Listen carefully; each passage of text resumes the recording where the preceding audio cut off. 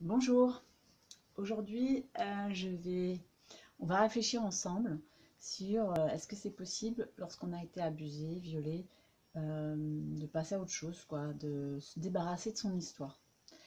Je m'appelle Hélène, je suis thérapeute corporelle, énergéticienne et animatrice de stages de développement personnel dans le Lot. Alors, oui, on pourrait croire que c'est possible. Euh, Si on occulte, si on se raconte des histoires, si on se dit, bon vraiment je mets ça de côté, c'est mon passé, moi je suis adulte, j'ai une vie normale, j'ai ma famille, j'ai mon boulot. Voilà. C'est ce que j'ai fait, c'est ce que j'ai réussi à faire, hein, moi pendant quelques années, c'est à me raconter des histoires, c'est-à-dire je vais bien, tout va bien, mes parents s'aiment, mes parents m'aiment, nous sommes une famille normale. Alors, donc c'est possible, hein. C'est très possible de pouvoir la mettre de côté. Après, il y a des risques et il faut en assumer les conséquences. Si la peur d'être agressé finalement, parce que notre cerveau va tout le temps nous envoyer des signaux de danger, si la peur, elle reste tapie au fond de nous-mêmes, eh ben, il y a des risques de répétition de se faire agresser, hein, c'est une des causes. Les personnes qui ont été agressées sont de nouveau agressées si elles ne travaillent pas sur leur peur, sur comment changer cela en elles-mêmes. Et pareil par rapport à la colère, si on ne va pas reprendre son pouvoir personnel, donc on va devenir soumise, donc soit au travail, soit dans la famille, ou alors si vraiment la colère est là et très forte, on va vivre souvent des problématiques de confrontation, d'opposition, des sortes de rébellion face soit dans la famille ou conjoint ou avec sa hiérarchie. Alors il y a une autre possibilité de comment ça me gratouille le nez, de se débarrasser de son histoire, c'est vraiment que notre cerveau, à un moment donné, il l'efface. Ça, c'est une amnésie, c'est une mémoire, de la mémoire traumatique. L'événement a été tellement insupportable que le cerveau a décidé de couper la lumière et le son et les souvenirs. Alors, ce qu'il risque, on pourrait croire on est tranquille. C'est sûr que c'est peut-être plus facile que les personnes qui se ressassent tous les jours leurs souvenirs traumatisants. Cependant, elle peut se terminer à un moment donné, on ne sait pas quand. Pour moi, je pense que ça se termine quand on est prêt, quand on le demande. C'est ce qui m'est arrivé. Moi, j'ai vraiment demandé à ce que ça s'ouvre. Je voulais arrêter de vivre dans cette moitié de vie que je vivais. Et je ne savais pas que c'était ça qui allait ressurgir. Et c'est arrivé. Après, il faut pouvoir y faire face. Et lorsqu'on n'a pas de souvenirs, bon, il y a des thérapies qui peuvent nous faire surgir comme l'hypnose par exemple, les souvenirs, ou une médium peut vous dire aussi. Mais c'est mieux que ça vienne de nous. Et en tout cas, si on a des soupçons, ça ne nous empêche pas de travailler sur toutes les problématiques liées à l'abus. Et ça, un professionnel voilà, pourra vous aider. Alors, on peut peut-être penser aussi qu'on en finit avec son histoire quand on a fait plein de thérapies, quand on a beaucoup travaillé sur soi. Et moi, par exemple, je vais vous donner, lorsque j'ai fait mon mémoire en psychocorporel, il fallait faire un mémoire sur soi, sur sa psychomorphologie et sur nos blessures. Et qu'est-ce qui nous avait aidé dans la méthode de Jean-Louis Brassard, qu'est-ce qui nous avait aidé pour aller mieux, pour que, à partir de notre mémoire, les futurs thérapeutes sachent qu'avec une personne comme ça, avec ses blessures, ben voilà, quels sont les outils qui peuvent l'aider. Alors moi, quand j'ai écrit mon mémoire, déjà, je me disais, quand je l'aurai écrit, c'est fini, j'en serai débarrassée. Donc je l'ai écrit, déjà l'écriture a été très thérapeutique, je me vidais, j'allais aux toilettes à chaque fois, dans les, voilà, les passages un peu difficiles. Ensuite, je me disais, bon, le mémoire était écrit, je n'en étais toujours pas débarrassée.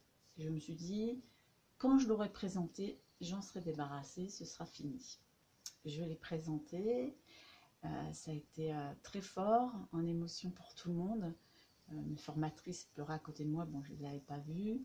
Et puis, ben, voilà, dans l'assistance, il y avait beaucoup de personnes émues, et je l'étais aussi, moi, beaucoup.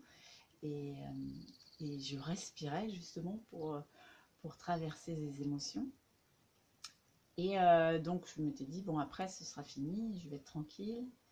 Et j'ai eu quelque chose que je n'y attendais pas du tout. Ça a été pour moi un cadeau. C'est que beaucoup de personnes sont venues me voir en me disant, waouh, c'est bien ce que tu as fait parce que moi aussi j'ai été ceci, j'ai été cela.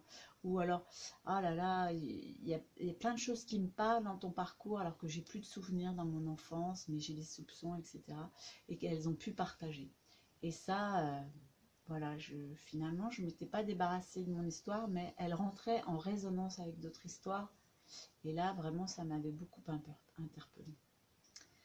On me dit souvent, et on me l'a dit dernièrement, ah mais toi aussi, tu as encore des choses à travailler, et pourtant, voilà, ça fait plusieurs années, tu as fait plein de choses, comment ça se fait que tu as encore des choses à travailler, que ce ne soit pas terminé?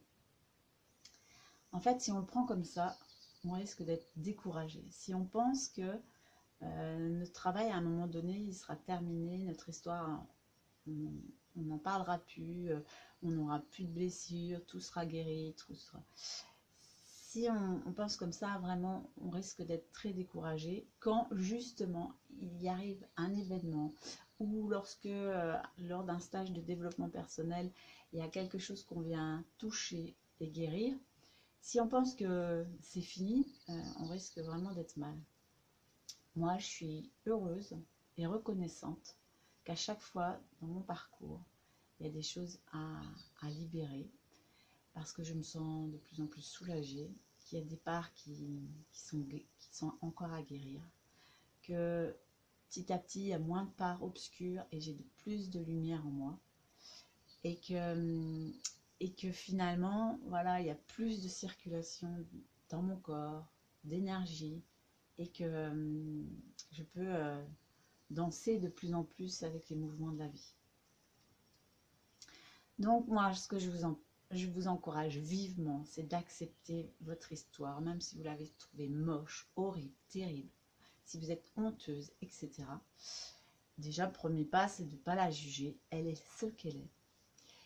Et donc, accepter son histoire, c'est accepter sa personnalité. On s'est construit au mieux, comme on a pu.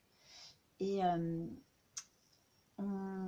ça nous permet de nous relier à nos forces, à nos fragilités aussi. Par exemple, moi, je me suis rendu compte que j'avais développé toutes sortes de stratégies d'adaptabilité, etc. Et ça révèle nos trésors. L'hypersensibilité est un trésor. L'hypersensibilité, l'empathie avec les autres personnes, l'ouverture, le dévouement, etc.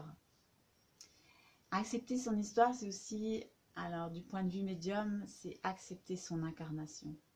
C'est pas pour rien, selon moi, ça c'est mon point de vue, que notre âme a choisi cette famille. Voilà. Et puis, accepter son histoire, c'est accepter la réalité telle qu'elle est, telle qu'elle s'est passée, telle qu'on a subi à un moment donné. C'est pour dépasser nos fragilités et révéler toutes nos forces par rapport à l'adversité. Donc, comme je disais, c'est soit l'adaptabilité, soit c'est aller chercher la force de la guerrière. Bon, il y a plusieurs choses. C'est pouvoir aller ensuite guérir nos blessures, parce que forcément, il y en a. Alors, les blessures, c'est comme si vous étiez coupé. Vous avez le choix. Qu'est-ce que vous faites? Est-ce que vous désinfectez? Est-ce que vous mettez un pansement? Est-ce que vous y mettez de l'amour et du soin pour que ça cicatrise? Ou est-ce que vous le laissez à tout vent, que vous en occupez pas et que vous ne voulez pas voir que vous êtes blessé? Ça risque de s'infecter, que finalement, ce qu'on pensait mais ne pas voir, les autres ils le voient. Et c'est ça le risque, c'est de le transmettre à nos enfants, de le transmettre à notre entourage. Et c'est aussi le risque de ne pas être réellement, totalement en vie, pleinement en vie. Puisque c'est nous retirer aussi une part de joie qui est en nous, dans notre cœur. Parce que vivre pleinement, c'est prendre en compte tout cela. C'est soigner notre enfant intérieur. C'est du point de vue de l'âme, embrasser l'expérience, et notre expérience terrestre. Et c'est aussi de s'élever pour amener plus de lumière en nous, plus en plus. Voilà, j'espère que cette vidéo vous aura éclairé, aidé. N'hésitez pas à la partager, à vous abonner